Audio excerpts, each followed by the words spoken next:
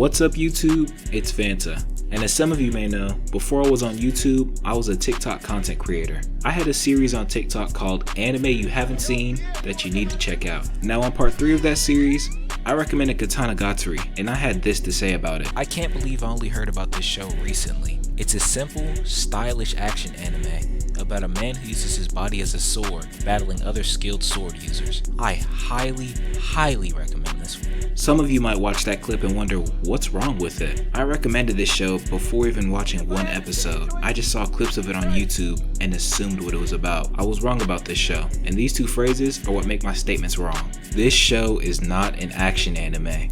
I think it would be better to describe it as an adventure. And it might seem like I'm being too particular with that, but I think you'll understand how significant that difference is. And there aren't many battles in this show in the traditional sense. It's never usually a mystery on who's gonna win the fight. Usually the victor is decided before the fight even begins. Instead, the protagonists spend a significant amount of the 50-minute episodes reasoning and talking with the antagonist and trying to come to a peaceful solution rather than fighting. Yeah, that really doesn't sound like your typical shonen action anime, does it? Not much about this show is typical.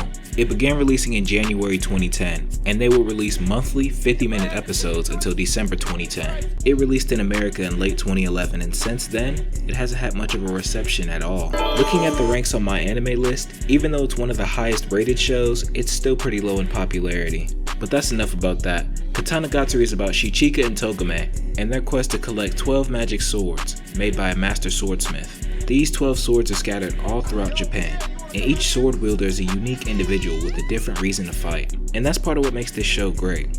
Each character is interesting and fleshed out. There are no generic bad guys who just want to destroy the world. In fact, there are no good guys or bad guys. Shichika in the beginning of the show is portrayed as a ruthless, violent animal that'll slaughter anybody if they're in his way just a little bit. And Togame is portrayed as cunning and manipulative, using anybody around her to reach her desires. All of the antagonists have a reason to fight and things to protect, and most of the time they're not even hostile towards the duo right away. And while this is what makes the show great, this is also what makes it hard to recommend. Each episode is 50 minutes long, and between 35 and 40 minutes of that is the characters talking. So if you're not interested in the plot and just want to see Shichika's swordless sword style, I recommend you just watch clips on YouTube. This show is more about the journey, not the destination. There are no training arcs, no tournament arcs. There are no power-ups. This show is more like Gintama than 7 Deadly Sins or Naruto. But moving back to what I said about battling, Shichika is a swordsman that doesn't use a sword. He uses his hands and feet in place of one, and he uses a style of martial arts called Kyoto-ryu that aims to break the opponent's sword or disable the opponent. As you can guess, Shichika has superhuman strength and speed. Most of his opponents can't even track his movements, and they aim to dodge his attacks rather than block them. Shichika's only weakness is that he has no battle experience, as he lived on an island with his sister for his entire life. But as the show goes on, he overcomes this weakness too, and is able to destroy any opponent easily. This is where Togame comes in. Togame is more of a diplomat and a strategist than a fighter,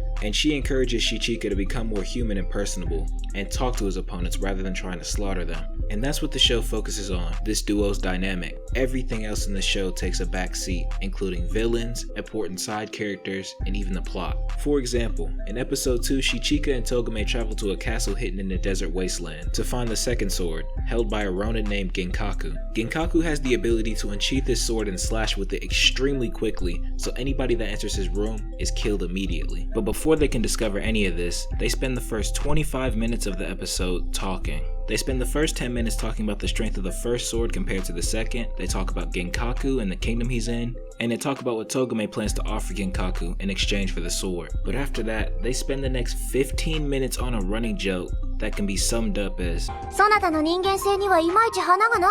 and there are a lot of running jokes like that. I mentioned it earlier, but this show is similar to Gintama in a lot more ways than one. While this show isn't a comedy by any means, it has a lot of running jokes that can be seen every episode. The two most prominent ones are Shichika being ignorant and Togame worrying about useless things like how flashy Shichika's moves are. And if these jokes don't make you laugh out loud, there's no point in even watching this show. A significant amount of screen time goes to them. But let's get back on track. Shichika and Togame arrive at Genkaku's castle, and Togame tries to negotiate with him for about 5 minutes, until she's attacked and they're forced to retreat. They spend the next 7 minutes discussing another plan, and I think now you start to understand why I can't recommend this show. This comment right here sums up my feelings perfectly. All in all, Katanagatari is a pretty interesting show. It has beautiful fight scene animation, but the rest of the animation is boring and simple. The music is good and the sound effects are amazing. The characters are interesting, but as soon as any of them are developed, they're killed instantly. And that ending. While I don't recommend this show, I still don't want to spoil the ending. So I'll just say that the ending didn't really fit the tone of the rest of the show. But with that said, unless you can look past lame humor, extreme amounts of dialogue, and lackluster animation in some spots, this show is not worth your time, and I can't recommend Katanagatari. But if what I've said has made you interested in the characters and the story, I would highly recommend watching this. But that's all I got for y'all today, so make sure to like and subscribe. I hope you enjoyed, and thanks for watching.